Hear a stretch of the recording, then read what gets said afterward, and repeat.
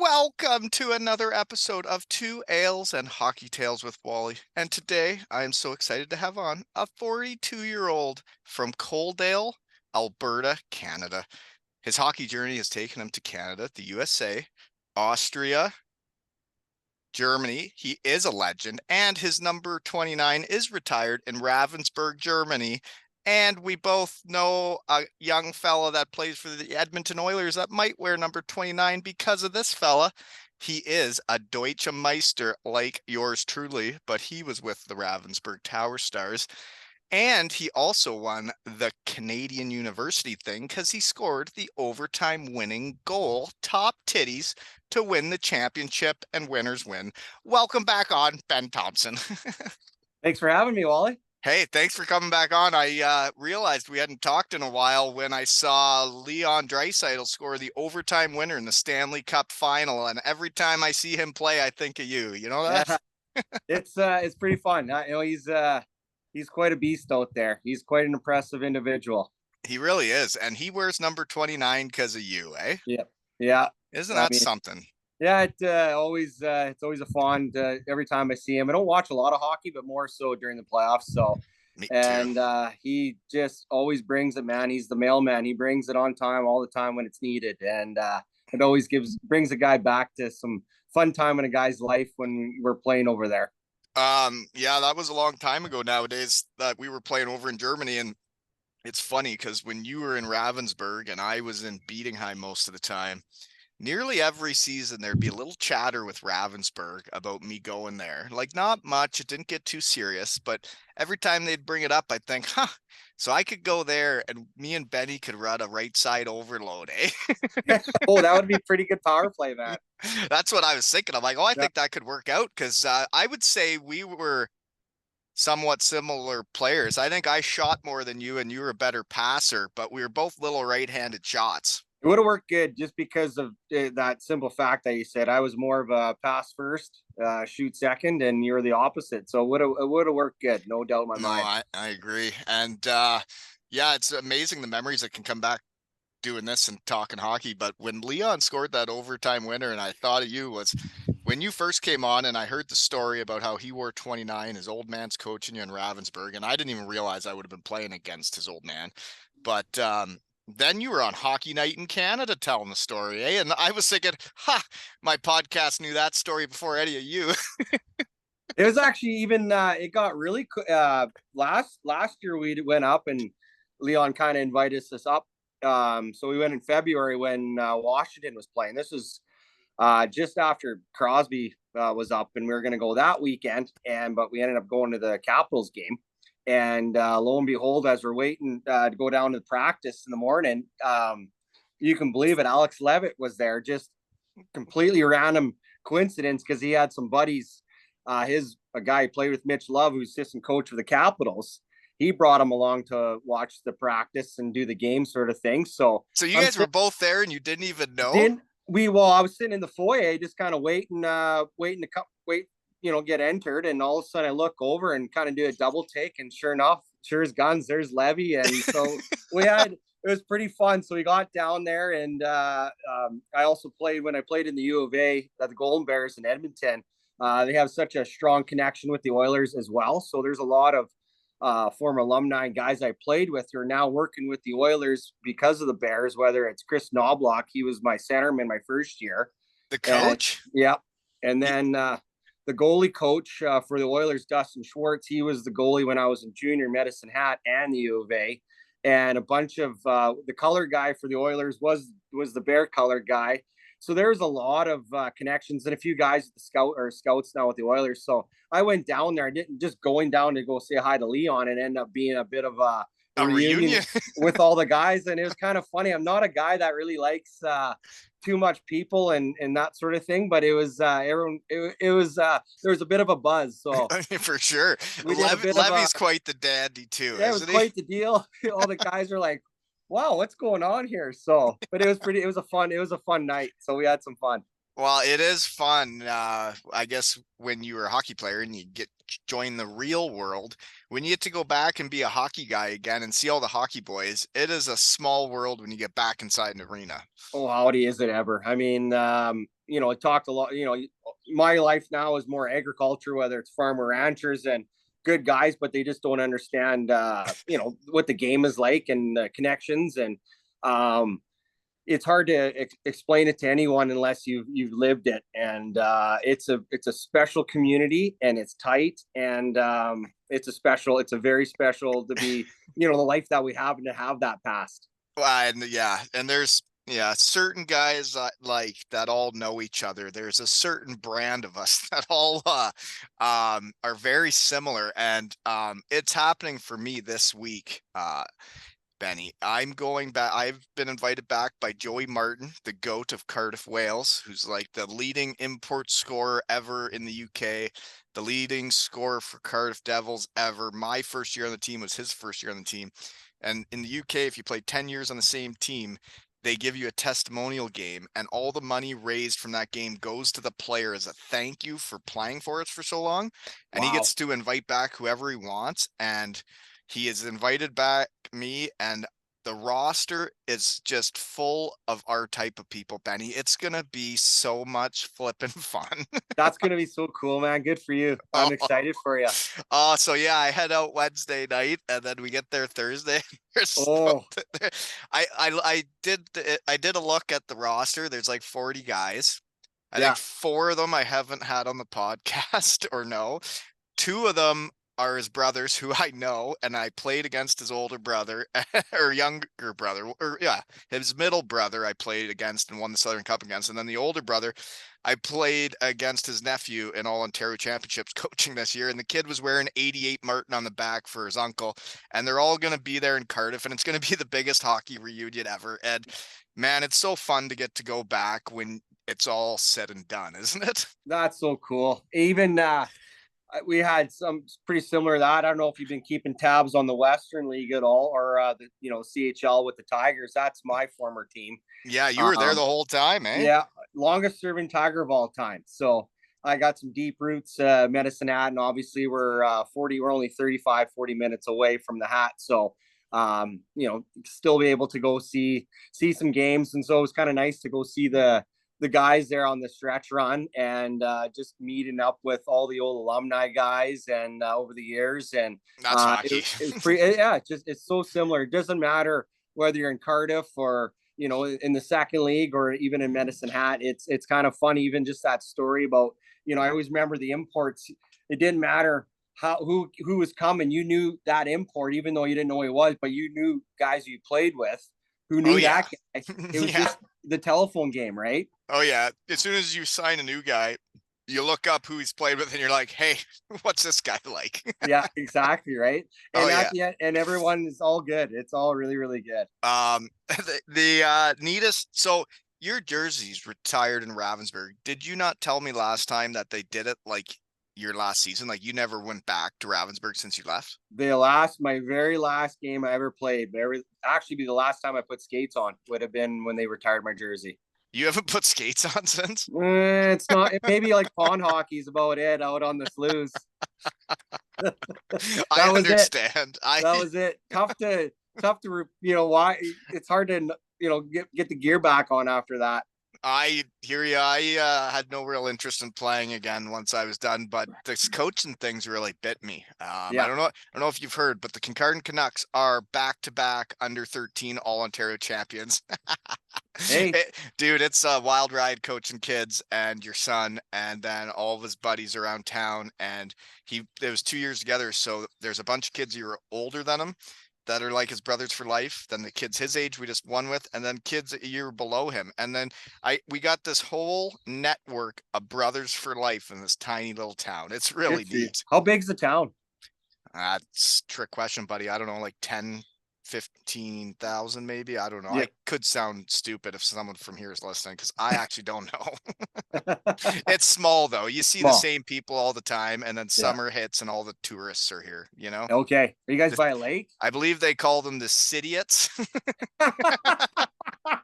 That's actually a term that we use. well, well, I'll be driving down the dirt roads just cruising, not in a Yeah. rush to go anywhere. And then I Yeah. think it's like when they come flying down here These west from the idiots. city, it's like, do you realize there's a lake? You're driving so fast you might go right into it. It's like, why are you driving so fast? Like, relax, you're in the country. Take it easy, man. Yeah. Are you guys in cabin country then? It's cottage country here, yeah. So, yeah, it's interesting though, right? Like sometimes when you're in the grocery store during the winter, like everybody knows everybody and everybody's chit-chatting around the grocery store. Summer comes and it's a bloodbath in there, man. And then there can be people being rude to the people working in the teller line, Uh-oh. and you're like, "What are you doing? Get out of here!" The idiots. The city, it's. I like it. But there's also lots of good people that come for the summer. A lot of people from my hometown have cottages up here, and that's actually how I came here. But it was pretty neat for me the other week. I haven't really talked about it on here because I've been too busy to talk to people. But I had a golf tournament in town. We raised like $5,000 for the local hospital, and I had like 109 golfers show up, and it was buddies from home, it was buddies from here, and friends and family from hockey and life. And it was a pretty neat experience to have everybody show up in the middle of nowhere for a golf tournament, you know? That's cool. That's really cool. It was cool. Anyways, what I was getting to though, do you know what I get to do this year? Because I haven't been back to Germany since they asked me to kindly leave. Um, after my year in Hellbrunn when we underachieved, and then they're like, "Okay, we're blowing it up and getting all new imports." And then I never got an offer from anybody else in Germany, and then that was that. And I went to Denmark. I've been invited back to Landshut, Germany, 18 years after playing for them. What? Yeah, That's cool. I knew I started this podcast for a reason, you know? Yeah. Yeah. Yeah. So they're having a charity game, and it's the Landshut Icebreakers, the LA Icebreakers against Old Timers of Team Germany. And we're playing a charity game in Landshut, and apparently there's going to be like 5,500 fans there in February. And I said, "Well, that's cool. You want me to come?" And I'd love to, but like it's expensive to come to Germany. Sure. And I got kids and stuff. And they said, "We got a big network and we know people." And within 24 hours, they found a sponsor that would pay for my flight and expenses. Nice, man. Yeah, I can't wait. I only played 1 year there, but like a bunch of my brothers, you'd probably remember them, Hammer and Geipel, that were Yep. great Germans. Like those guys are from Landshut and they'll be in the game, and they're like the best teammates I've ever had. Yeah. And I can't wait to go see them, man. It's gonna be so fun. Well, and actually, that's the Landshut was the team that they beat us when they put the jersey in the rafters. That was the Cannibals. That was the last. So That was a when they cool, raised your jersey, eh? yeah, it was pretty cool. They the Cannibal boys they stood on the blue line and watched the whole ceremony too. So I felt kind of bad for them. I was like but Wow. it was That's a neat awesome. experience, dude, Yeah, to get your it was. jersey. It's up there forever, eh? Yeah, yeah, it was pretty emotional. It was pretty cool. One of the very very special many special memories the guy was blessed to have in his career. That's for sure. Well, we talk about how small the hockey world is the Ravensburgs won it recently, and Yep. their head coach was Pete Russell, who was Team Great Britain's head coach, which I'm wearing my Team Great Britain shirt that I Yeah. got one of my teammates gave me, and he was just back with the Devils, and now he's just left to go back to Deutschland. Huh. Yeah, small world, but yeah, It, it was a British guy coaching a German team. I would have never guessed weird. that would happen, you know? Yeah, because they like their German guys for sure. German In guys, and yeah, like British is, different, but very. Team Great Britain's like a Disney movie, man. I don't know if you know about them, but they've won gold medals back. They're back in the A pool again. They're gonna be playing Canada, the US. It's wild, and they're all my buddies. Good night, man. Well, the program's strong. I mean, you have that X factor of us imports going over there and helping, spread the game. And Well, and the Brits though, like you're the same as me, I find, especially when we text about hockey. You gave me a fantastic quote the other day was winning with great people, or no, winning is easier with great people. And I mhm. couldn't agree more. And the Brits were like the best teammates I've ever had. There were some German teammates that were just a little off, Yeah, just a little off. And yeah, in Great Britain, man, they know a lot of times the imports come over and they're gonna get a bulk of the ice time.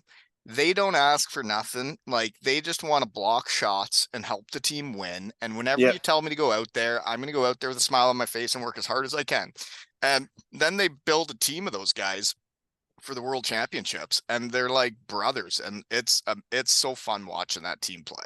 Well, that's so cool. I mean, that reminds me of the year that we did win it. It was to rewind about 3 years before. There was that contentious German import dynamics in the dressing room that was pretty not cancerous, but it wasn't great. Yep. We had a pretty strong group of imports. I don't know if you remember. Anyways, we brought in a guy the next year, Shane Endicott, played for the Pens with, he's with Crosby that year, and heck of a guy, great guy. And he just opened the door. I mean, maybe I take a little bit of responsibility in that regard. Not, I'd always try to be Bring the on two both together, sides. right? Yeah, Yeah. like it just didn't make. I never. It was so. I didn't understand. That's why the American League was so strange for me. I totally agree, man. You're And you're hitting and home. so in this Shane Endicott, he came and he was like, everyone's going. We're after the game, everyone's going. Doesn't matter if you're from Czech, Russia, Southern Alberta, we're all going together. And it just unified the group. And we just had some injuries that year. I think we would have won. Munich ended up winning that year. But it just kind of got the ball rolling for the following year, and it just solidified that team component where, man, you're rowing. Everyone's got to row together. Everyone's doing it. Next That's the man standing. only way you win. And I'd say the same to the kids in under 13. It's like, it's going to take everybody to win. Yep. It's like, yeah, there's people on hockey teams that are better than others, but every single guy needs to play hockey as good as they can if you're going to win a championship. The next man, the next man up. That's just that mentality you got. And it's a culture thing. It starts from top and it trickles down. Well, and like in Germany, you're right though. Like, because I don't talk about the German leagues that much on here, but I lived it where I played in Landshut and everybody was one team, and we went on a Cinderella run and almost won it. And then I went to Bietigheim and it was the same thing. The imports, the Germans, we were all one team and everybody got along. And then when the budget went down in Bietigheim and we got a bunch of younger Germans, and some of them had some attitudes, and some of them thought they should be getting more ice time and more this and more that. And it didn't work at all. And you saw it go from one culture to the other way. And it was so depressing as one of the leaders on that team, you know? Well, and it can go so quick too.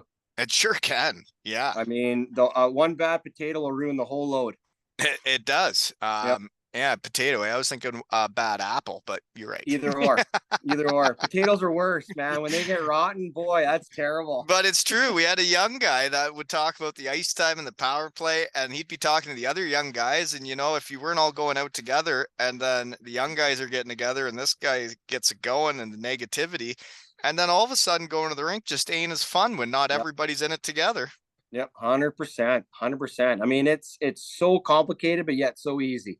Yeah, but you got to keep it in line or it can get right off the rails. Well, I mean, pride gets in the way. I mean, guys either, I always remember the young guys, the German guys, either they're bummed out or they're disappointed for the lack of ice time. Either they weren't in the Dell or they wanted to move up. And they're not getting the ice time or the points to move up. And then we kind of had to switch to the culture, and we ended up actually getting Leon's dad. He took over the reins, and he just implemented. Like I said, it starts from top bottom, and he was such a culture guy, and it didn't matter where you were, and it was a team. It was team first all the time. Well, and you see Leon and how he plays, and McDavid, and like you can tell those two guys like love each other and love what each other have done. Yeah. And like they support each other and they're teammates through and through, and that trickles down to the rest of their team. And they're also playing with some jam, eh? Like when they're going toe to toe with Florida, Florida plays a tough, mean game, and Draisaitl's hanging right in there. You know what's cool is when they beat Dallas, and I don't know if anyone caught it on camera, but is just before the handshakes and all the Black Aces are coming out on the onto the ice to do the handshake line with the boys. And it was a very cool moment that I noticed. There's a former Golden Bear, came up very similar to what I did, played junior, got passed up, went to university, and then went over to C's. And lo and behold, he had a good contact in Carolina and he ended up playing 500 games in the show. Long story short, he got sent down the American League this year. He played 5 years with the Oilers, Derek Ryan. And Oh, I know him. Yeah, a little and right-handed shot too. exactly. And so, anyways, he's been up in the press box. They brought him back from playoffs, and he was down on the ice. Every single one of the boys on the ice, they all went over there and give him a big hug. And I Yeah, thought that was cool, man. Like that's a team right there. I totally agree, and that's what it takes to win. Is it takes everybody, and like Everyone. yeah, like, and it's in minor hockey. It's like, well, it takes the guy that's going to stream the game on YouTube, so everybody that's not here can watch and be a part of it.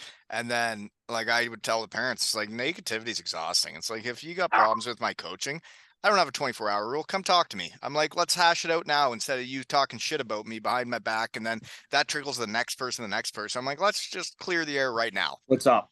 You What's know? happening? Exactly. Clear the air. Yep. Yeah. Being a university is a little different than pro. We had some good times. If there was ever a contentious issue, we'd always have a thing where you'd line a box of beer in front of the door and you had to drink to freedom. Get the problems figured out. And usually when the boxes are empty is either worse or a lot better or a lot worse. Well, that is another part of winning though too, right? Is like when you do have beers involved with a hockey team, there can be nights out that should be really fun and bring a team together.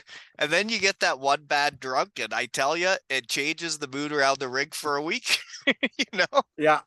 But for the most part, that's you talk about culture, and I mean that was such a strong part of I believe anyways with the team is just doing those team things. Not saying guys got to go out and be hooligans by any means, but I mean You got to be together and do things away everyone's from the going. rink. Yeah. Everyone's going. The whole team, no matter what you're doing, everyone's doing it. So I totally agree. It's when you start getting those pockets, right? It's like, well, these four guys go for lunch every day, and these four guys go for not lunch every cool. day. And that's Nope. come the weekend, you're not going to win as many games going for lunch No. like that during the week. No. Why are you going to battle? I mean, Yeah. when all you end up doing is those five guys are belly aching about something about those other four dudes, Yeah. and it's a cancer, man. It It's got to festers, get I cut out. think it's called. Yeah. You got to cut out. That's funny because the year we won in Beatingham, we started a Monday Fun Day tradition, and it was, you'd play Friday, Sunday, and then you get Monday off. Yeah. And we were rotating around a group of guys, and not everybody would come. Some people had kids. It's fine, but it was open door policy. The whole team was invited. Yeah. And every Monday was somebody else's turn to plan what we were doing. And, it started out pretty small. And then yeah. things really escalated to the point where the last one we really had, the coach on the Tuesday, had heard and wasn't too thrilled. And, but it brought everybody together. And then when it was your turn to plan the Monday Fun Day, you had to bring your A game. Yeah. You wanted to be a fun day for the boys. Yeah. Yeah. But right. it wasn't just the boys. All the frauds were invited too. Yeah. Anybody can come. We're going out to have fun, and here's where we'll be. That was like such a special group that we had when we won it in Ravi with all the guys. We were all pretty much similar age. Matty Kinch was the only guy with no, I guess him and Maloney had kids, but they were young. But I mean, the wives were friends. Like they did stuff without us. It was such a team, man. It was such a unique experience, and something we'll never forget. And like that's all part of it, man. Because when you do win, it did take it to be like that culture. Because if it's not like that, you don't end up winning. And Kincher's a beauty. And I remember playing against you guys, and that's why I had you guys on in that group chat back in the day. But I've stayed in contact with Kincher since, and it looks like his kid can play and is doing great things. But Kincher's still in the game. Last time I talked to him, he's like working on the ice with the Flames prospects and stuff. That doesn't surprise me. He was such we called him the Doc. He had that presence, man. He always had that kind of guiding, easy personality that never just got a great guy, but also he's leading without even trying to be a leader. He's just being himself. Just savvy, man. He always did the right thing. always did the right thing, and so executed always 100%. Such a smart player, and it doesn't surprise me that he's in that capacity right now. Yeah, and he has some kind of shooting range where people come and like shoot pucks like it's a driving range, and then he's there to help them there too. And sounds like he's. It's weird how the hockey guys get pulled back into the game somehow, right? It just keeps Yeah, pulling you back, but that doesn't happen to you, eh? You just go as a fan and enjoy the alumni events, eh? that's it. Just get the gravy. You're not putting the boots on, eh? No, my boots are on a different way, so it's nice to take the boots off once in a while. Oh man. So do you think the Oilers are gonna win? 100%. Yeah. Are you an Yeah, Oiler fan? Have you I grown was up an an Oiler fan? I was an Oiler fan from back. That is probably my earliest memory of hockey, was sitting on the old man's lap watching the Oilers in the '80s do their thing. Yeah. So it Well, who wasn't an Oilers fan in the 80s? I mean, Gretzky well, with the blue stuff under his all skates, honesty, that Wally, was I live in the south here. This is like the flame country. oh dear. Yeah, I know. I'm in enemy territory. So growing up, I was like the lone soldier. So even and then you fast forward to the '90s with the Dougie Waite and Billy Guerin and the Todd Marchand, Cujo, that era, and then when we were up in Edmonton going to school, we had buddies playing on the Oilers at that time because we're the same age, and playing with a bunch of the guys. So we kind of partied and hung out a little bit, and then they had their huge run there in '06. So even like I got such a strong connection with the Oilers, and then obviously with Leon where he is at right now. It's pretty cool, very very special. So I've always watched the Oilers, and I've always they're always been my squad. That's for sure. Well, it is very neat that I mean, what a world that Leon Draisaitl is who he is in the NHL and the player he is, and that he wore 29 because you back in the day in Ravensburg is just hilarious. But when I had that golf tournament, Yeah, a fella came all the way from Kalamazoo, from Western Michigan, who are yeah, the reigning national champions. But I found out about him through doing the podcast that he wore number 10 growing up in minor hockey in Kalamazoo because of me at Western Michigan. And he came all the way to my golf tournament and brought prizes for my tournament and drove himself all the way here. And he brought mini sticks for the kids winners. He brought a bottle of booze for the adult winner for something. And he did all that, and like I didn't really know him, but he got to come back here and hang out with all my boys from home for the night, and it's a small world. well, and that's the thing. Like you always treat people how you want to be treated, and it's such a small world. It you never know where you're going to meet that next person, right? Right, and like I think when I was playing in Germany, I probably didn't realize, I was just over in Germany playing hockey, and like I probably could have shown up to more minor hockey things and helped out and been around the rink more than I was. But when you see the effect it can have on kids, you don't sometimes realize it while you're playing. But like, yeah, I found out there's a kid in Cardiff, Wales wore 18 because of me, because I went to the bowling night with him. And then I see him in under 13 winning a trophy and all this. And then he got a coach that wasn't nice to him and quit hockey. And then Rod number 18 is done because of a coach in minor hockey. And he wore that because of me, and it meant the world. And now he's done. Ah, But whatever. Not uh, everybody can have Leon Draisaitl wearing 29 because of him.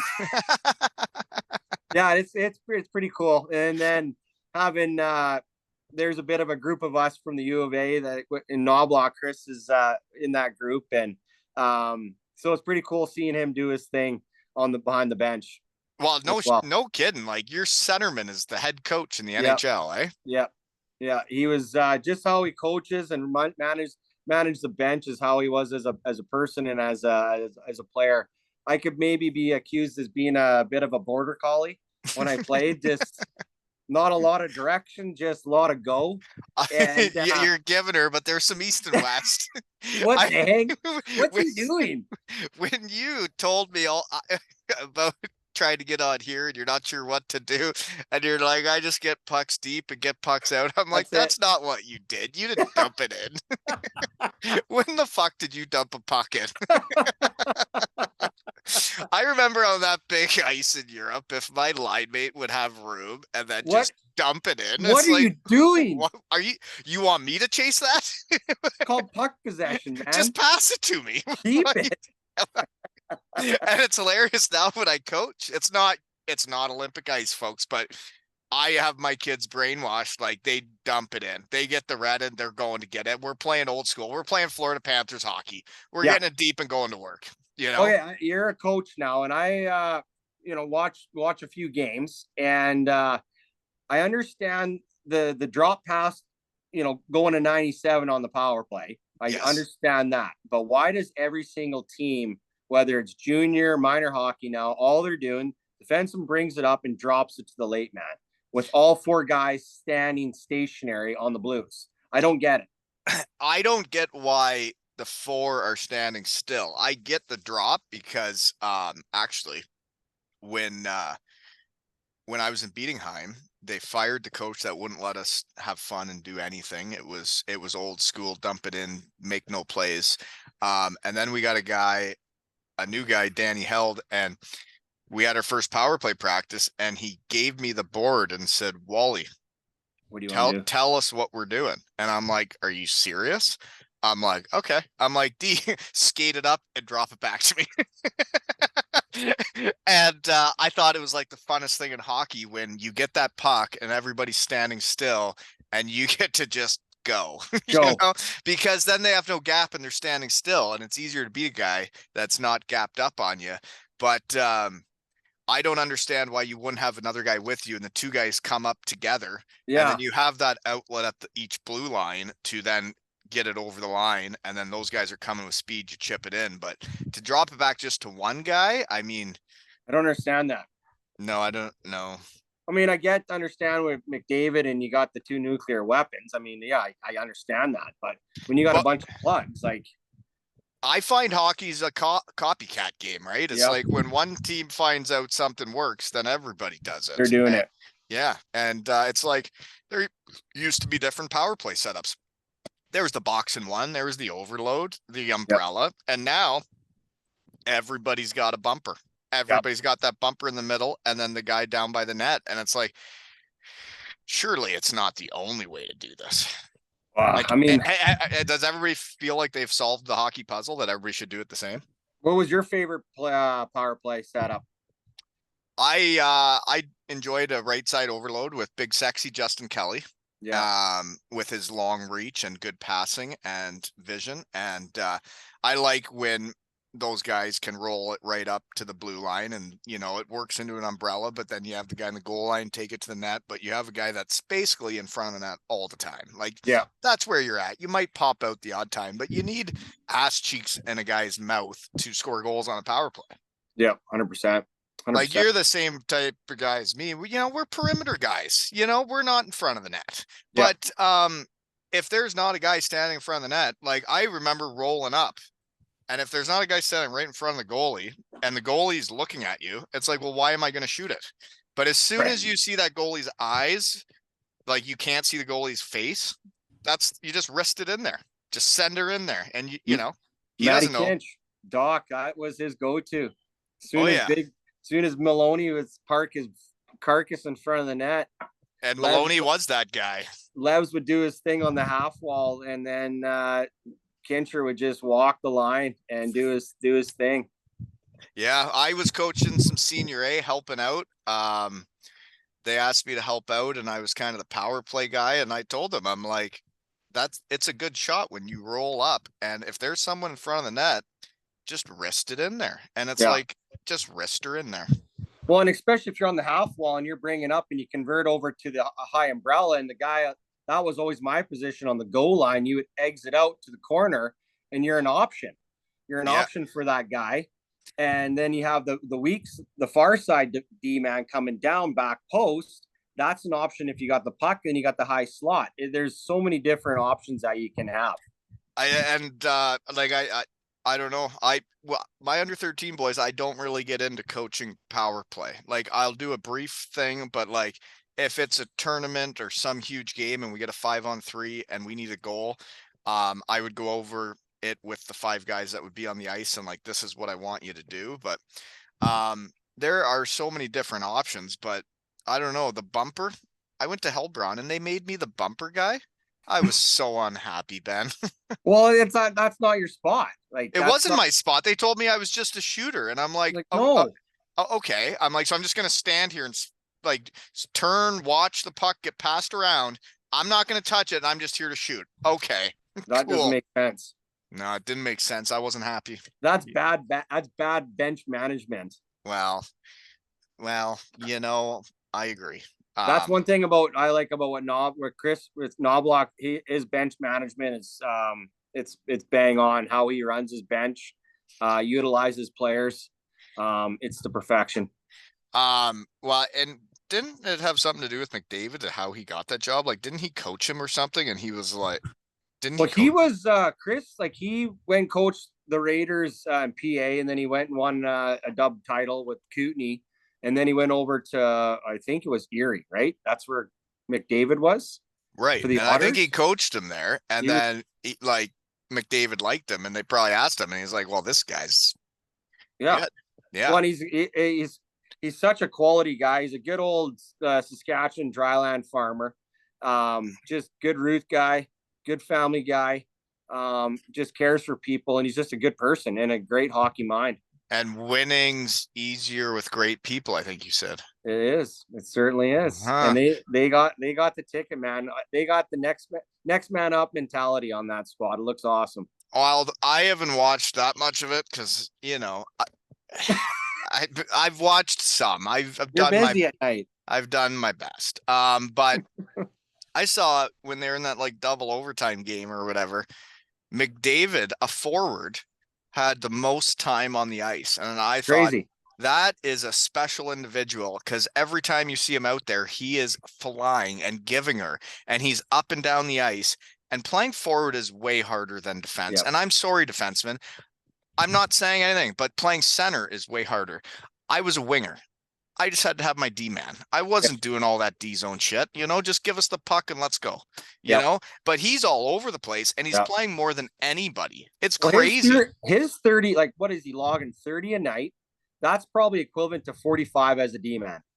Like, I agree. The miles that he puts on, that guy's body is, it's crazy what he can do. Yeah, he's a little slimmer and more conditioned than I was, I'd say. Give yourself some credit, man. We had bigger ice. Yeah, bigger ice. Further to go. Further to go. But that's true, though, in Germany, man. We would play a lot of minutes. Yeah. Yeah. Well, they rolled those horses that brought you, right? So. Oh, yeah. Second league of Germany, for the folks that don't know, now I think it's only 4 imports, but is there only 4 now? Well, I remember it being 5, then it was 6, and then I think they reeled it back to 4 nowadays. Yeah, in the second league. And if you're not putting up numbers and if you're not playing good, like if you have a tough night, you're gonna hear about it. Oh, there's pressure as an import. There is you gotta bring it. And it can teach you a lot about yourself when you're living with that type of pressure, Yeah, no, and ultimately, at the end of the day, as an individual, the only thing that you can control is what you can control, and right. And you can control your work ethic and can control your attitude. And I mean, that's all. As a player, that was the biggest thing I tried to do. That was the only thing you can control. You can't control your ice time. You can't control your coach. You can't. You're not bringing the guys in. You can hopefully have as much influence as you can bringing guys in, but ultimately, it comes down to just what you're going to bring per day, and you just deal with the pressures. That, I liked being on a team in pro when I had a say. When the coach was calling me, do you know this guy? Have you heard about him? That's when when you're in, when the coach values your opinion. When you're the guy on the outside and they're not asking you those questions, you're not in there like swimwear. And I always appreciated a coach that did, valued the ideas of the players and kind of a player coach mentality. Always thought that was good. Always brought responsibility as players. You weren't just a closed door meeting with the coach only. You felt like you're part of the process, part of the game plan. And I think that's the way to run a bench. I think that's the way to run a team, though, is like if you have good guys on your team and you know they're good dudes and they good dudes know good dudes. And then when you ask them who to bring in, they're not going to tell you somebody that's usually going to fail. No. Well, and it's like the lessons that I was able to learn with hockey is I know I'm not in the game itself, but the lessons I learned have been so crucial in what we do now. I mean, it's essentially a team on the farm, and you're not going to do everything yourself. Like you have to rely on guys. And I try to take is from all the guys that work on the farm. Hey, let's get a game plan. What can you do? What is your way of thinking of doing it? I have my way. Let's put our heads together. Well, how can we get this done? Well, and it's like if you think you know the right way and you're not going to take anybody else's opinion, oh, howdy, you're in yeah. trouble. Yeah. You're Yeah. in trouble. It's I I would say that's my managerial skills in the real world. I have a team and I ask their opinion about everything. It's like you guys are the ones out there playing the game and doing it. It's like, what do you need? How can I make it easier? Like, what do you need to have a good day here? You know? Well, I mean, your job is to get things done, and everyone has an opinion or an idea of how it's going to get done. But I always value other people's ideas, and maybe your idea is better than mine. Oh, How can we do 100%. this? How Yeah. can we do this? Let's get it done. We all wanted to do a job and get the job done right. And there are people out there with better ideas than your own. And Oh, dang right, sometimes, like, somebody says something, you're like, huh, good idea. right, right. Absolutely. I actually I thought it'd be funny to do the drop back on the power play in under 13. And I went and watched the Erie Otters play somebody. No, it was Windsor. Anyways, went and watched an OHL game with my team, and I was watching them do the drop back on the power play, and I had told my kids to do it a certain way, and I had told one kid to stretch and just stand at the boards, and then I saw them where the guy could just go wherever he wants, and it's like you just get open, and then you can bump it back to the guys coming, and then you watch the one game, and we're watching it. They're live, and I called the other coach over. I'm like, I got this wrong. I'm like, that guy can't just stand there. He's got to move around. He's got to distract them. He's got to get open. I'm like, look at what they're doing right now, you know? Yeah, yeah. There you go. Right. Well, and I always, as a coach now, God, there's bugs out here at the farmhouse. But I always, because I like knowing what players want. I want to know what they want to do because I think happy hockey players play better. And I Yeah. don't want to give them drills that they're like, why are we doing this? This makes no sense. I don't want to do it. What was your favorite drill in practice? Oh, Peter always had this drill where it was kind of a breakout forecheck drill where the three wingers that were going to break out would dump the puck in, and Peter Dry, he was a good player when he played, so he'd always kind of make that first pass, and so you'd collect speed 3-on-0, and then the forechecking or the defensive team would be on the red line. You'd go after it, so it was kind of like a game situation, but you're allowed to get the speed, and that was probably one of my favorite drills. That You're one. you're saying you dump it in, break out, three Forecheck. on 3-on-0, breakout 3-on-0, hit the red, dump it down in, and then you're forechecking. right, and then And then that it was team's waiting for you, and you're that coming in on the forecheck. that was my favorite drill. I love that. It was kind of pretty much like a live game once you cross the red, but it was just having that ability with the as Coming with speed. coming with speed, and that was always my kind of strong part of my game. I mean, you know what that ice was like. You get wound up, and oh howdy, you're shot out of a cannon, baby. Yeah, well, I could do it when I had two knees. Once the one went, I had to play smarter than Yeah, faster. yeah. I always lack the smartness. It's just harder all the time. Go faster. No, I always liked watching you play. That's why every time the end of the season and there'd be a little chit chat about Ravensburg's interested, and I'm like, so Dang, yeah. you're saying I could play with him? Like two little right shot guys going out there, and then you put Maloney in front of the net. It's like, huh, that could be something. It could be some, right? Yeah. Anyways, what else was I talking about? I don't even know. Do you have any questions for me while I think about what to say? No, man, just other than the squad, your kids and how hockey's going and the coaching and Well, so I really dove into her there last year. I helped my daughter's team during practices. I got to go out on the ice and help out, just push pucks around, but be a part of it, get to know all the girls and have fun. And then I was the head coach of my son's team for the second year in a row.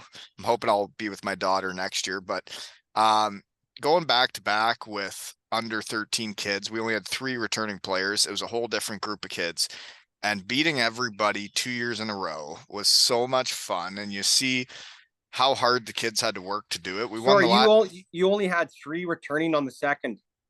Yeah, because Wow, it's two good years for you. together. So my son was a first year the first time, and there's only two other first years. And then those three were on the team this year, and everybody else hadn't been on the team that won it the year before. And then to see a whole new crew of kids go out and do what it takes, be great teammates. It That's was pretty culture. it was pretty neat, but like it was two totally different puzzles. The first year I ran three lines. Everybody played the same amount. I had a couple horses that had to play more than others. But for the most part, it was just rolling three lines, and it was pretty easy bench management. This year I did the same thing because everybody has to be playing their best by the end. I rolled three lines all year, and I couldn't figure out the puzzle all year how I thought we could actually do it. And I had two of the best players in Ontario, and I thought I need to have one of them on the ice all the time. And I brought four kids at the practice before the final series. I said, I brought them out and I said, so I think our team's better with two centers. I'm like, so when push comes to shove, I think I'm going to go to two centers, and then you four are going to be left wingers. And these two guys work good together. I want to keep them together. And then the other three of you guys are just going to rotate through. Mm-hmm. And they agreed with me. They bought into it when we went to it. I thought it was going to be a lot of bench management, a lot of explaining who goes when and where. I explained it to them at practice. We were down in the first game of the finals. I switched to it, and then we ended up doing that the rest of the way and winning it. And the way these left wingers, like we talk about buying in and how to win, those left wingers bought in, and like they would come off the ice, and it was never the same three guys on the ice. We didn't have lines anymore because there was three right wingers, two centermen, and four left wingers. So it was always different. Mm-hmm. And the way the left wingers would come off, and like they didn't even have to talk to each other. They knew these two stayed together. They were going. The other guy would filter in behind, and they just knew what the system was. And like I didn't have to keep talking to them. They all bought in, and every single one of them went out there and did what they needed to do to win. And then we did it. And it wasn't the two centermen that won us the All Ontario. It was those left wingers that bought into what I was saying. And I said, this is how I think we're going to win, but I need you guys to be okay with this. And they were, and they did what I asked, and they went out there. They never complained about nothing. And then we won, and we Good all for won. you. Yeah, it's a Yeah. simple. The little sacrifices that you can make can be what pushes you over to the top. When as soon as one guy is complaining about their ice time and this and that, it's like, well, then we're not going to win. Yep, 100%. Well, that's cool. So, what would be the secret ingredient? Communication with the kids, or how do you get that trust? Well, I let them shave my head at the start of the season. There you go. The first tournament of the year, Team bonding, man. Team bonding. right, the first tournament of the year, I booked a tournament before we had a regular season game. Right, as soon as we picked the team, and it was a round robin tournament with no semifinals. It was straight to the finals, so you basically had to win to get there. I said, if you guys win your first two games of the round robin, we get back to the hotel, you guys can shave my head. And that didn't turn into shaving my head. My head was last. They all shaved each other's heads first. And then we rocked this tournament with the best haircuts in hockey. And I told them the next day, I said, if we're going to rock around this tournament with these haircuts, we have to win or we look like idiots. Yeah. And then they went out and did that.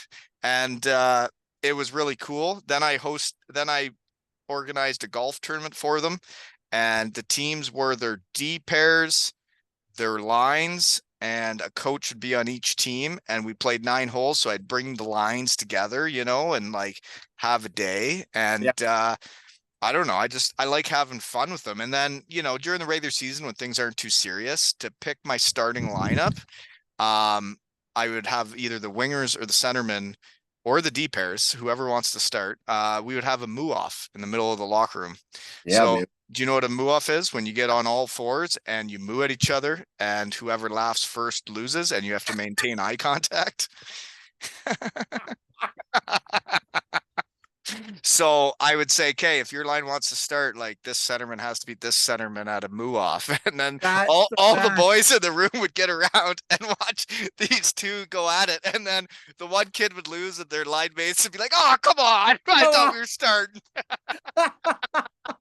Little things, man. That's what little relationships that create a team, right? Well, and I think hockey should be fun. And Yeah. it's like if you think you have to be there and you need to be there and it's not fun and you're just, Put you're skating and you're doing this and you're doing that and you don't really understand why, it's hard to really, really get up for the big ones. Yeah.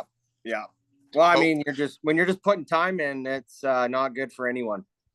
and I would say I'm probably the most passionate volunteer coach in minor hockey.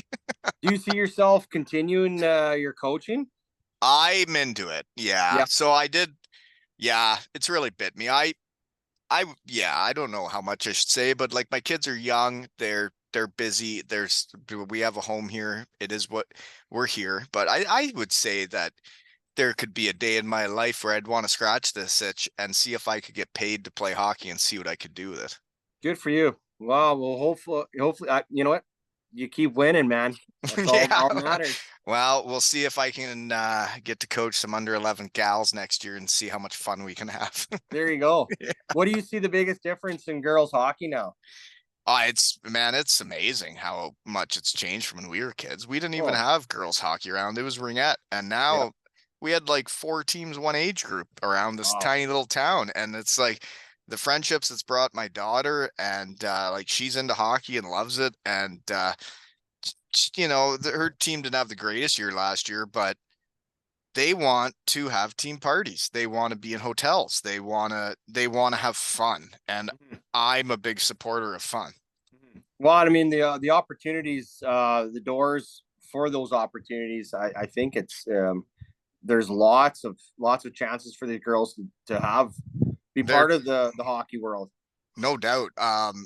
It's huge and it's growing like crazy, and Yeah. it's fun. Yeah. Yeah. 100%.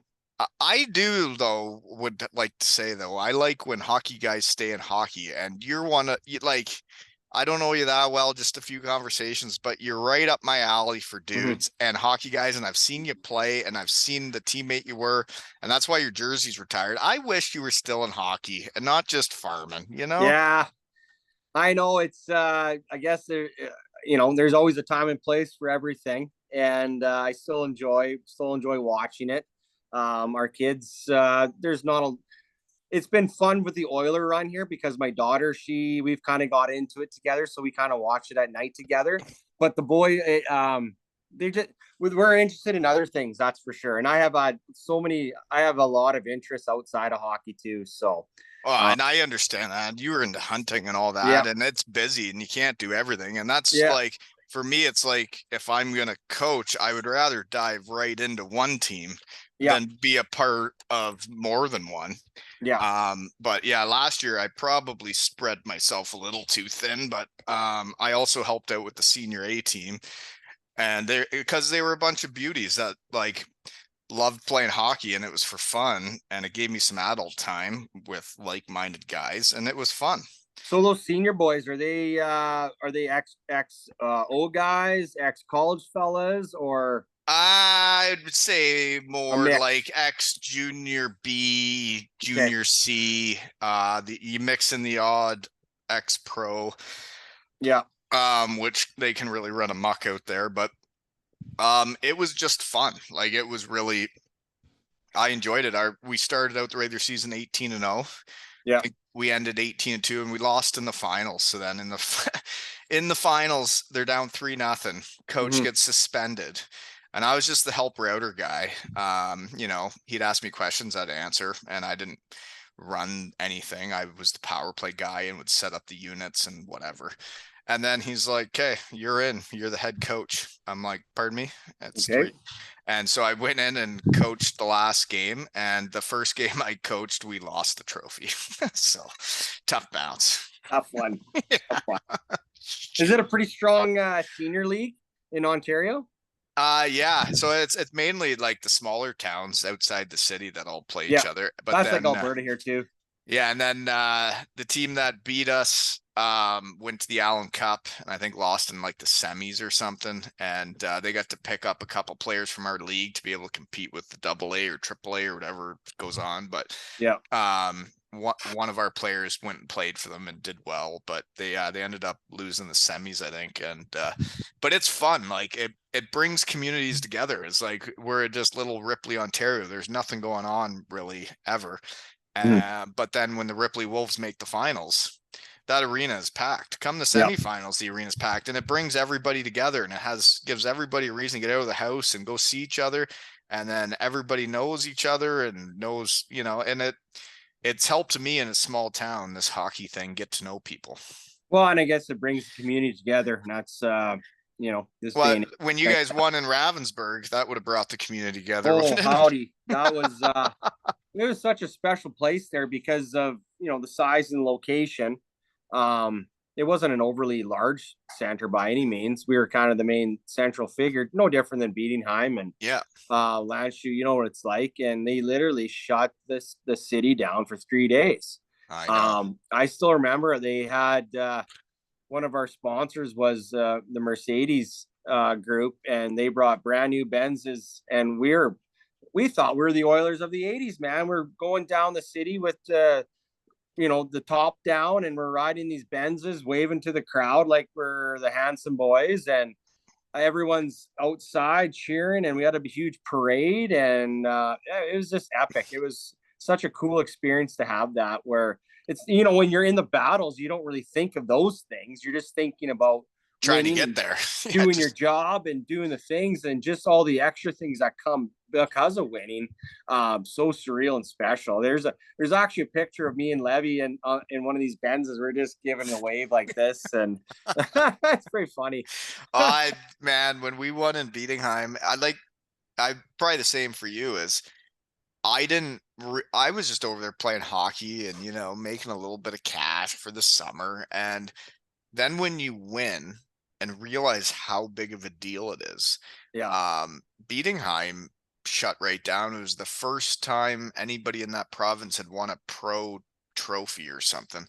yeah, And it the parade, the partying, the fans partying, the all of it was just I it made it you realize how big of a deal it was to yeah. all of them because we're just Canadian boys going over there to play.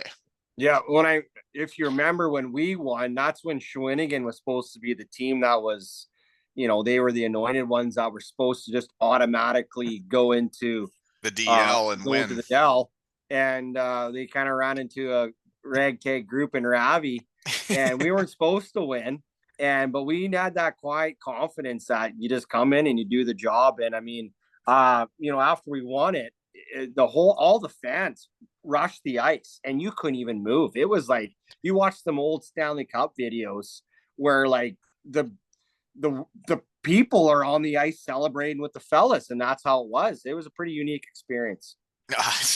Yeah, we won in Munich on the road, and I couldn't I couldn't believe it. The fans that came from Bietigheim, however many hours that is away, and then nearly half of them were topless, and then the chanting and the banging, and then we got back from Munich at like 2 or 3 in the morning, and there was like a live band, this big warehouse set up with all these fans, and it just kept going. Yeah. Wow, winning's fun, man. Winning is Winning is fun. yeah, winning's And good. it's tough. You get talking around, and a lot of guys I talk to have won stuff, and it's weird, right? Because once you win, it makes losing so much harder. And there's people that get used to losing, like they don't actually know what it takes to actually win. Like, Yeah. you actually have to dig down deeper than you ever have, and there's a lot of pain that goes through winning, you Oh, know? the sacrifices, the pain, the mental aspect, the physical aspect, you are absolutely pushed to your utmost limit. Yeah. No, every I've been lucky enough to be on 3 championship teams, and every single one of those rings, you are so mentally, physically beat up at the end. But it's so worth it. That is such an incredible experience. It sure is. And yeah, seeing it with under 13 boys in a small town that, like, I was new here. I moved here after hockey, or we had the house for a couple summers, but then actually moved here permanently after hockey and didn't know people, get into coaching, and then to see two teams go back to back all Ontario champs and get to have parades downtown. And then you see these kids around town all the time, biking around the grocery store. And it's like a brotherhood for life when you win. But like, we would win in Germany and we all get in our planes and then never see each other ever again. Like, I get to see these kids all the time. That's cool. And It what? is. And not only that, even like you think about Germany, or it doesn't matter whether what league you are, you win. Even there's something, a few years back, we brought us all on to do the podcast, and all of us we've never really kind of talked to each other, but after that, it's like we picked it up like we're sitting in the at the Cabina Fest having a good time. Like Exactly. nothing changes when you have that bond with guys. It's forever. It is. And when you know your teammates will do what it takes and they know you'll do what it takes, it builds something that it's lasts forever. Well, it's a brotherhood. It's kind of like that SEALs mentality. When you go to war with someone and when you're in the foxhole and that guy's going to be right beside you, that's a bond that it's hard to explain, put in words unless you actually lived it and experienced it. Well, and like, I not to bring up the NHL stuff because that's not what I'm about, but like, you talk about the Leafs, like, and then you talk about Florida and Edmonton, and like they're all in it together. Like, you could see Toronto fold in that series. You could see them just they don't have that. And there's a lot of factors in that too, though. Is like, there's media and people always telling you how bad you are, and fans, and the pressure and all the people bugging you, and how happy hockey players play better. You think you're going to play better in Toronto than you are in Florida on the beach in flip-flops? Come on. I also have an opinion about the Leafs too as well, but Just I sling it, mean, man. That's what we say on here. you Just sling look it. at you look at the big dogs in Edmonton. I mean, those boys are dialed, they're focused, they're laser, like they are wanting it. I mean, And they're both ends of the ice and they're and playing they're doing hard it and they're mucking and it up, I believe is the word, is mucking it up. mucking it up. And I mean, you go look at out east in Toronto, and I mean, those boys are more worried about what kind of earrings they're wearing and necklaces, and if their suit's white enough coming to the game. I mean, if I was the new guy in the bench, I'd be Lou Lamero. I would put a dress code. I would cut your hair, look professional, be a hockey player first and foremost. Right. Instead of the fashion and the, I don't I know don't what. not. I don't want a bunch of Backstreet Boys playing for me. I want some Yeah, hockey players. totally Like understand. Yeah. Nylander, button your shirt up, get to work. Good golly. but, As a but like, hockey they do player, have fantastic hair. it's embarrassing, Wally. Like as a former hockey player, I'm like, this is garbage. Like Uh, go when I see the guys go in with those ridiculous suits, it's like, tighten it up. do you imagine us rolling No. into a game wearing that shit? I would feel like the biggest idiot ever. Well, and that's the problem is like with the Leafs, why they can't win. It's like, well, where's the leadership? Because if someone did that back on the teams that I played, it wouldn't happen because you'd be accountable to the boys in the bench into the room. But Right. when your head guy's looking like an absolute Nick Carter for the Backstreet Boys, like, well, where's the accountability? When then the funniest thing is Matthews after the series, he's like, well, there was too many passengers. Too many passengers? You're the main passenger. Well, But it's true though, right? It's like when you know what it's like going through those playoff series. It's like It's a battle. everything you think about all day long is about that next game and what's happened, and you like power play wise, like what are they trying to do on the kill? How are we going to beat it? You're literally thinking about it all the time. And then those guys would, some guys, I'm not saying who, but some guys would probably be worried more about what their suit game's going to be like for walking into the arena than Right? actually winning the game. Like win the game. Well, I mean, even like the Four Nations Cup, I don't know if you watched it, but who did the flyby on McDavid's goal? Matthews. Like you're supposed to be the best player in, top players in the world, and you just did a drive by in the slot with 97. It just goes to show you what kind of the capability is as a leader. Well, And I agree. I don't know if you listen to Kiprios, but he's like, you won't win with Matthews. He just doesn't have that that jam. there's a thing there. There's a thing. Like that. There's a thing there. There's like whether it's Crosby, Ovechkin, all the guys, like they have that edge, that ability to be laser focused and dialed in, not Right. worried about extracurricular things and how many sponsors you're gonna get. Well, and like I'm sure there's a lot of stuff that sidetracks them. It's like when we were in Germany, I never even heard they had. I enjoyed it. I mean, I really, really enjoyed it because I'd hardly ever get interviewed because I couldn't speak German that well. I'd just go out and play hockey, and we didn't even have to dress up to go to the games. I could show up in blue jeans and a hoodie, and everybody was good with that. Yeah. And honestly, that was one of the very weird things. You show up to the game and you're respectful and you're looking good. The boys are sharp dressed, but the tracksuit, that was always like, what? We're wearing tracksuits to the game. But I mean, you're all a team. You're all dressed the same. You're all ready to work at the same. I understand that. Well, it's changed me as a coach. I had to go. So after Germany, I hadn't been taking suits over there because you didn't have to wear them. And then when I went to Cardiff, they're like, yeah, we wear suits to game. Yeah, you have to wear suits. So I took one suit Yeah. and the boys loved it. I wore it to every game for 2 seasons. Um, dialed it right in, never washed it once, never dry cleaned it once. It went to every game and it played hard.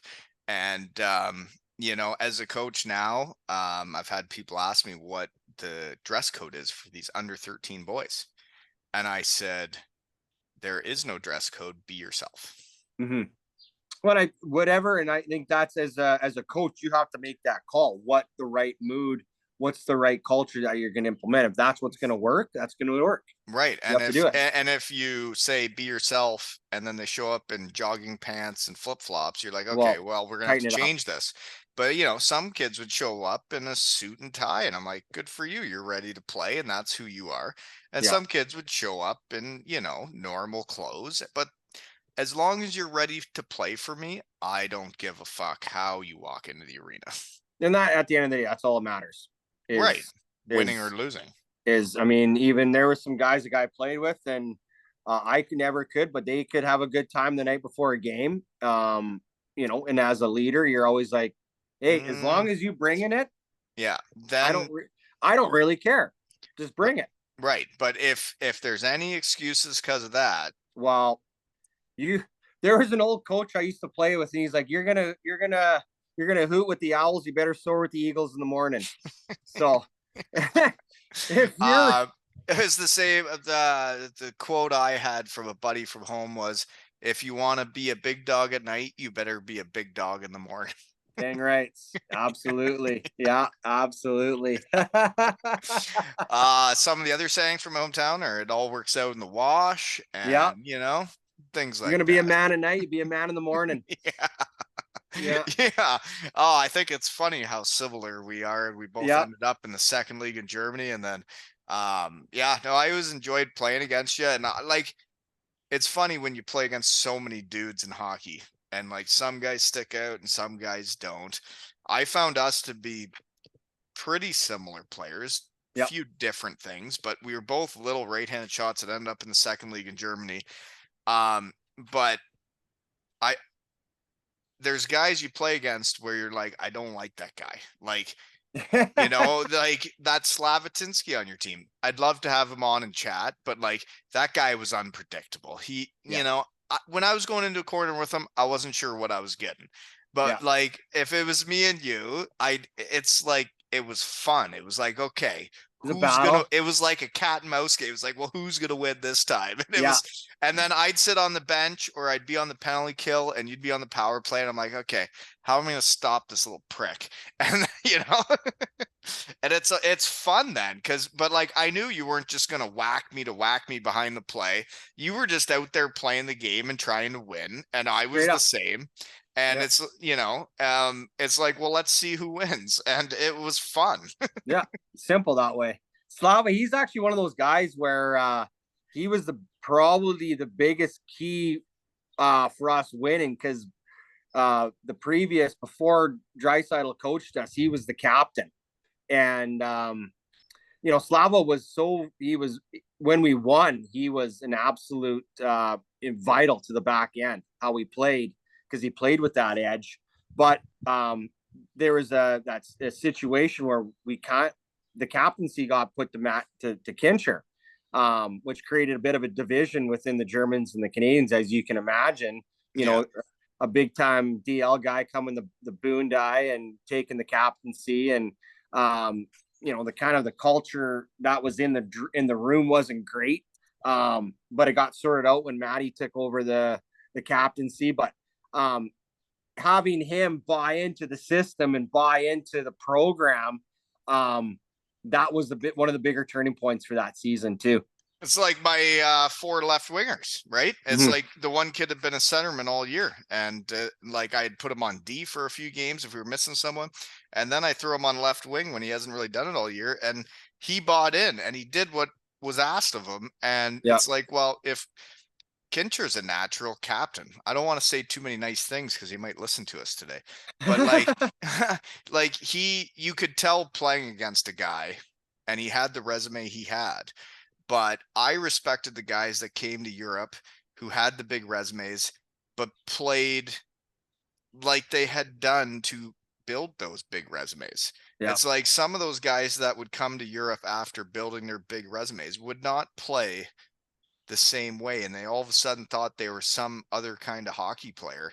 And I remember watching him play. Everything was simple. Everything was easy. He always made the first pass, never tried to do too much. And he just had that calm demeanor about him. Efficient. Yeah. So efficient back there. Growing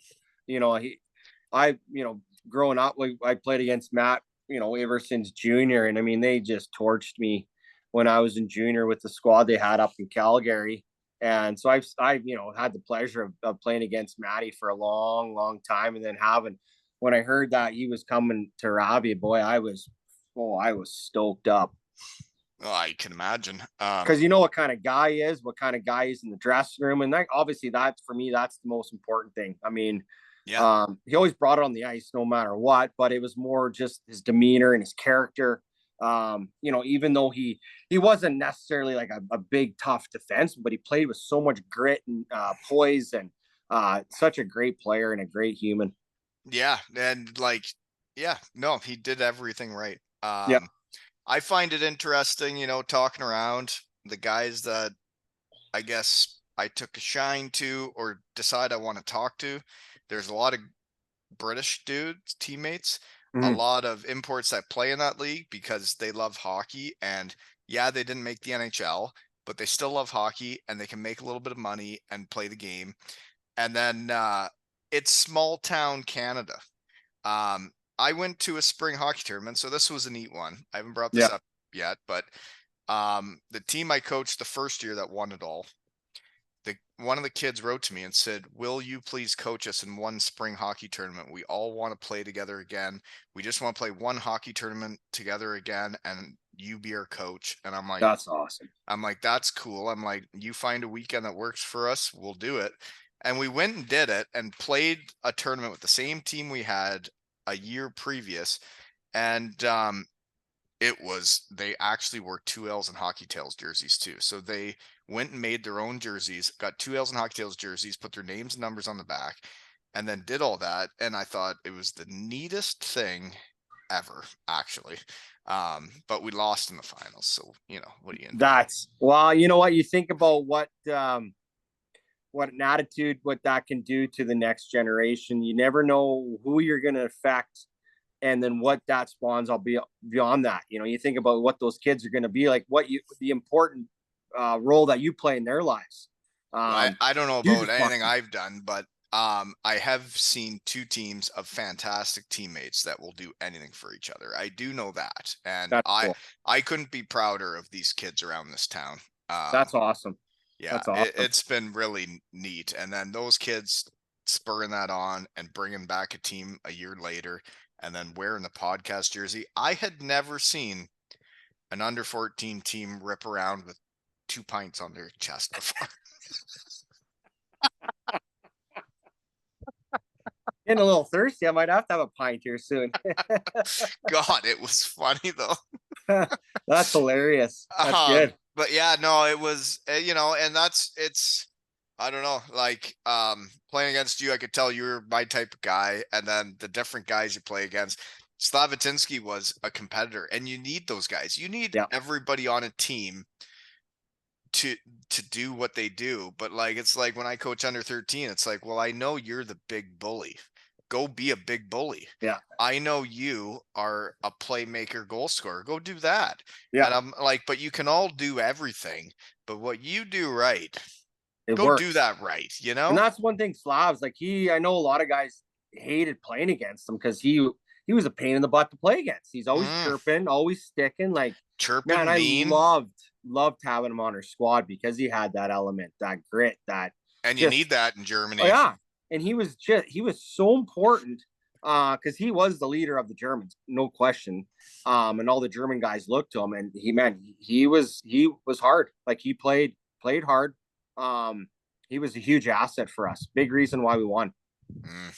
And then we were able to just, blend both cultures together, and boy, it was formidable. Once the Germans and the imports become one. Oh, howdy. Oh man, it's unstoppable. Yeah, I saw it in Bietigheim. It was Greg Schmidt was the import that really pushed it on us. He was our old import, and he would, after the Sunday game, he'd invite everybody back. He had 2 kids, but everybody was welcome. We're ordering pizza. Everybody's coming. Yeah. And he instilled that culture of everybody's in this together. That was a good squad you guys had. That was a fun team to play against. You guys were, yeah.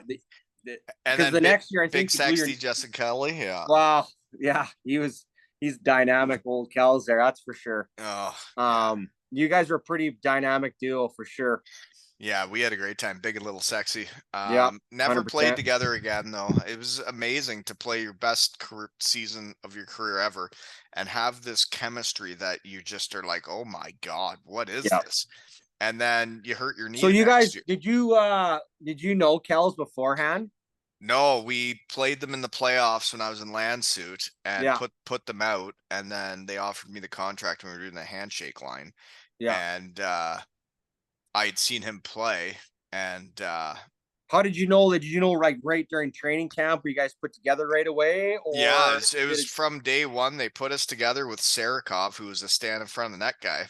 And he was vital too, man. He was tough to play against. It was perfect for us because we both liked having the puck. Sarakov did not want the puck. He wanted to give it to us and go to the net.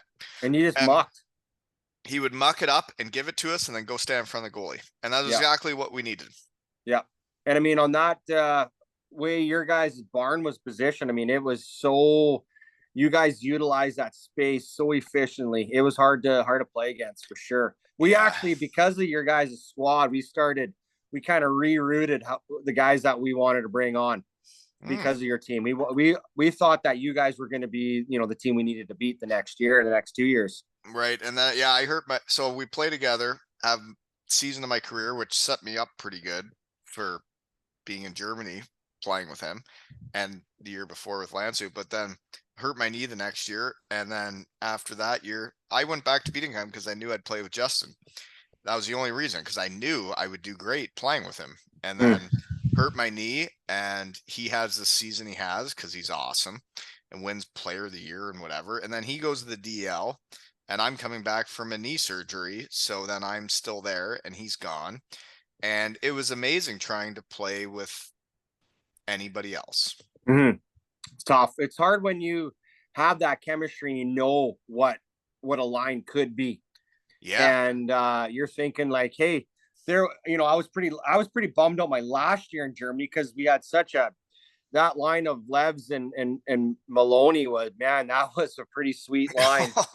And when the boys moved on, um, it was they actually did a really good job. I was pretty bummed out because I got it's all done, but I got bucked off the horse pretty bad and split my pelvis, and so I missed most of the year that my last year in Germany. But we had the legend Bobby Wren and Kyle McLeod, and it was I was pretty lucky because it was pretty similar to what Maloney and Levitt what they could bring because Bobby was a little older that time, but he still had that ability of Levs that could control the game, manipulate plays, just so smart. That was kind of I was pretty bummed out that year. I only played a couple of games that season. Because you got bucked Yeah, off a got horse. bucked off a horse, split my Um, pelvis. Bobby Wren, I remember him because like I would always watch the power plays. I was always watching power plays because that was my thing. That was my Yeah, gig. And yeah. he was one of the best goal line guys I've ever Oh, seen. Like around the net, behind the net, he could find anybody, he could jam it in. oh, Around the goal line, he was as high end as they get. man, like his edges, he was the time before what he was. He was so man, he was so good. He was so good. Mm. My first game playing with him, I potted 4.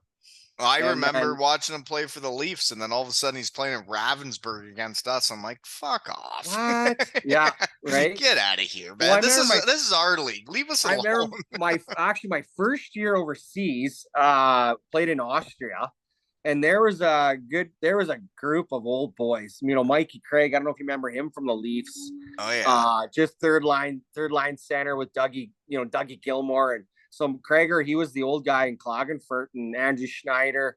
All these old guys, and they were. I didn't know who Bobby Wren was at that time, but I remember hearing lots of Bob Wren stories because he played in Vienna, and just tore the league apart. And then so you hear all these stories, and then like fast forward my last year in Germany, all of a sudden here we're getting the legendary Bobby Wren. So we were pretty dynamic. Yeah, got my first game playing with him, scored 4, and then my pelvis started acting up, and then I was done. So Well, dude, it's quite a. It's like this guy I'm going back to Cardiff for his game on Wednesday. I'm gonna have to shut it down because my computer's gonna die. But the legacy he's left in Cardiff, Wales is crazy. mm-hmm. He doesn't realize what he's done. I've watched it from afar. I was there his first year on Cardiff. There's so much hockey being played in Cardiff, Wales now compared to when I went there 10 years ago. There's so many rec leagues, there's so many kids leagues. There's so many people that want to wear number 88 Martin because of him. And then it's the same as you. It's like you just go there and play and you treat people right and be nice. Mm-hmm. And then all of a sudden you're watching the NHL final and Leon Draisaitl scores the overtime goal. And I was like watching it and I was like, Yeah, I haven't texted Benny in a while. how's he doing? Yeah. I really like talking to him. I wonder how he's doing. You know what the cool thing is about Leon is like we went up there and saw him last year, and he's as big as they get, and such a humble. He'd be sitting here shooting the breeze, just one of the boys.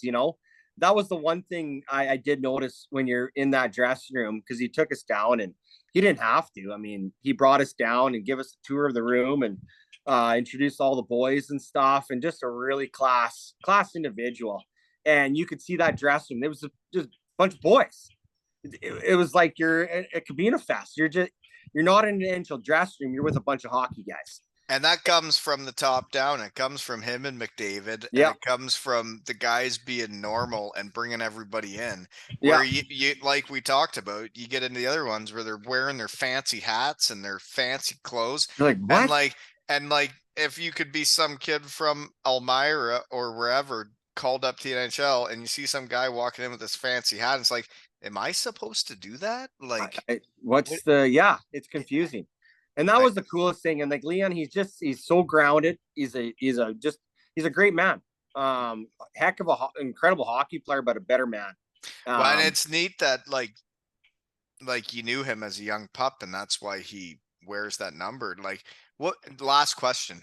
yeah. What would you guys have done on the ice together? Were you like doing scoring drills or like? He always, well, I mean, you know what kind of player I was. Pretty, I guess, pretty entertaining at that time. And you know, you don't want to put any pressure because I've gotten asked like, did you know he was going to be that good? And I mean, at that time when he was, you know, the ages of 12 to 14 or whatever he was, you could tell like there was some serious skill because like I'd always stay out always at the end.